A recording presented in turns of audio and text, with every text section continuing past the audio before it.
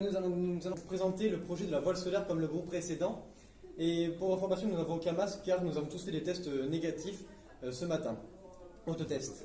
Donc nous sommes dans une réunion autour du projet de la voile solaire de l'agence SpaceY. Nous avons Alice Pelletier, Marjorie Ollier sur le rôle d'Alice Pelletier qui sera notre ingénieur en chef, Maxime Lamère sur le rôle de Michel Fonbleu, notre physicien principal, Mathis Saucède sous le rôle de Roger Saint-Pont qui sera notre représentant des ventes, et moi-même, M. Zuckerberg, qui sera le PDG de notre SpaceY. Nous allons commencer la présentation.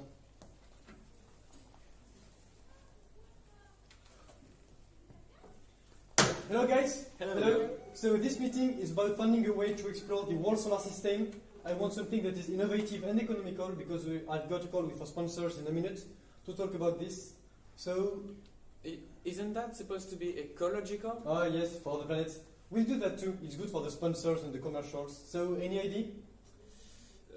I've heard about new materials which are more resistant and lighter. Good for the launch. Yeah, that's not innovative. And I think the NASA is already on this. Anything else? Yes, I have another idea. Yeah. NASA had used the solar sail a few years ago. We can take this idea again. Did you say NASA? Yes. So, Michel, can you propose me something that isn't from the NASA? No, sorry, I don't have another idea. Oh. But it seems to be good. Yeah, but yeah. Maybe I can.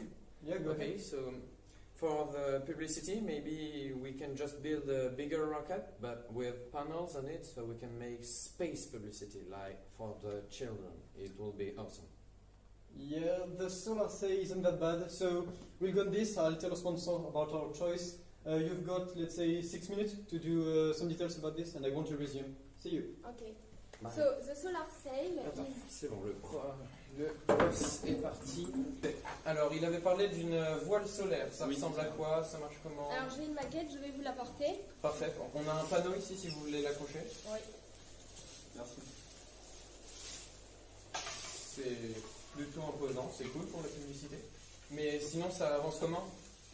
Alors, le concept a été trouvé il y a environ 200 ans par Maxwell. Et puis ça a été repris par les Russes pendant la guerre froide. Et ensuite, c'est les Japonais et la NASA, c'est ça, qui ont fait il y a environ 10 ans. Le principe est très simple. En fait, ce sont les photons du Soleil qui vont venir taper via la pression de radiation sur notre voile. Donc, ils vont être projetés et ça va faire avancer la voile. Donc, ils sont chargés de quantité de mouvement, qui est le produit de la masse et de la vitesse. On a un petit problème ici, c'est que les photons n'ont pas de masse. Donc nous, dans nos calculs, on va prendre une masse équivalente à 10 puissance moins 56 kg. Les photons vont à la vitesse de la lumière. Donc ça va quand même nous donner une quantité de mouvement très faible. Donc pour pallier à ça, on va faire une voile très très grande pour pouvoir capter un maximum de ces photons et donc un maximum de quantité de mouvement. Donc vous avez dit que le Japon, les Russes et la NASA avaient des essais, on a des informations? Oui, il y a eu plusieurs voiles de fait. Donc par exemple la voile Icaros qui a été lancée par la JAXA en 2010. L'année suivante, la NASA a lancé NanoSail D2. Et en 2015, Planetary Society a lancé LightSail 1. Ok, et on a une idée de à quelle vitesse elles vont ces voiles? Alors par exemple, la voile Icaros qui fait 173 mètres carrés reçoit une force des photons de 1,6 millинewton. Cette force permet une accélération de 10 mètres par seconde au carré au bout de 1 mois, donc à peu près 36 km/h toutes les secondes. Et comme dans l'espace il n'y a pas d'air, donc pas de frottement, au final la voile subit une accélération constante et elle peut atteindre de très grandes vitesses. Même si c'est constant, 36 km/h par seconde dans l'espace, ça me semble quand même très peu. On n'a pas un moyen d'accélérer ça? Alors, à titre de comparaison, nous, la masse des photons qu'on prend est vraiment plus faible. Donc, on peut comparer ça avec une voile de voilier, par exemple.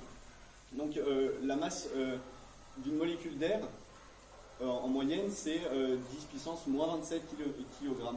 Donc, vous voyez qu'il y a une grande différence de poids entre le photon, le poids qu'on prend dans le calcul, et celle d'une molécule d'air. Donc, si on regarde déjà la taille des voiles de nos voiliers sur Terre, imaginez-vous la taille d'une voile solaire. Alors, quand même, la voile solaire a de l'avenir parce que C'est Stephen Hawking qui avait déjà pensé à ça avant sa mort. Et il avait imaginé de donner une grande impulsion avec des lasers placés sur Terre, de l'ordre de 100 gigawatts, c'est une puissance de l'ordre du kilomètre carré, 1 kilomètre carré par exemple. Et oui, bien sûr, on pourrait se balader partout dans le système solaire, même aller jusqu'à Pluton. C'est tout à fait réalisable. Vous pouvez me donner à quelle vitesse on pourrait aller avec cette Bien sûr, j'avais commencé déjà des petits calculs. Et Ok. je peux- Et du coup, si on fait 1 km carré, on aura quand même du mal à envoyer ça dans l'espace. Vous avez une idée de comment on fait? Alors oui, la force exercée par les photons n'est pas suffisante pour mettre en orbite la voile. Par contre, une fois qu'elle est en orbite, on peut la déplacer. Donc il y a des moteurs qui font déployer la voile une fois qu'elle est dans l'espace. La voile est très fragile, donc c'est très difficile de la déployer. Et par exemple, la voile Nano CLD2, qui est une assez petite voile de 10 mètres carrés, elle ne s'est pas déployée à temps. Elle s'est déployée finalement 2 jours plus tard sans intervention. C'est quand même dangereux. Mais supposons qu'on arrive à envoyer notre voile. Elle est très grande et elle va très vite. Il faudrait qu'on puisse esquiver les obstacles. Comment Alors oui, on pourrait par exemple utiliser des panneaux de cristaux liquides comme avait la voile Icaros. Donc on peut changer la réflectivité, c'est-à-dire diminuer ou augmenter le nombre de photons incidents. Et ainsi on peut changer la trajectoire de la voile. Et si jamais la voile rencontre un débris, elle possède des coutures tous les quelques centimètres pour éviter la propagation des déchirures. Il faut quand même que ça soit solide du coup. Vous avez une idée des matériaux requis Alors il faut que ce soit très réfléchissant. Donc par exemple, on pourrait utiliser du mylar. Donc l'épaisseur c'est de 4,5 microns, c'est plus fin qu'un cheveu. Vous avez terminé vos calculs? Oui, c'est bon, j'ai mes résultats. Si on prend la pression de radiation qui est équivalente à un vent de 1 km/h sur Terre, ce qui reproduit à peu près les conditions réelles. Étant donné qu'on a une vitesse initiale, on aurait 65 km/h au bout d'une heure pour la vitesse de notre voile d'un kilomètre carré, 6000 km/h au bout de 2 jours. Et pendant ces 2 jours, on aurait parcouru 150 000 km, ce qui est la moitié de la distance Terre-Lune. Et bien évidemment, plus on continue, plus la vitesse ne cesse d'augmenter. Ça a l'air intéressant. Je vais essayer de calculer le prix vite fait. Le boss voulait que ça soit peu cher. So guys, hello. Perfect. Did you work about this? Yes, we talked about the solar sail like you asked. So I'm just making a little approximation of the price. Yeah. Little Perfect. moment, please. Nice. So you said Miller, Yes. 4.5 Microns. microns. Really think. Okay. So it will be around $7 million without the launch. That's not a lot. That's actually really cheap because a real spaceship costs around $7 billion. Oh, perfect. So that's economical. Anything about other benefits and inconvenience with this sail? It doesn't need fuel, so it's really ecologic, and it do not need any kind of supply, so Perfect. it has an unlimited range.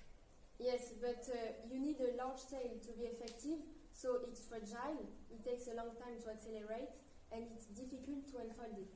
Ah, right. Yeah.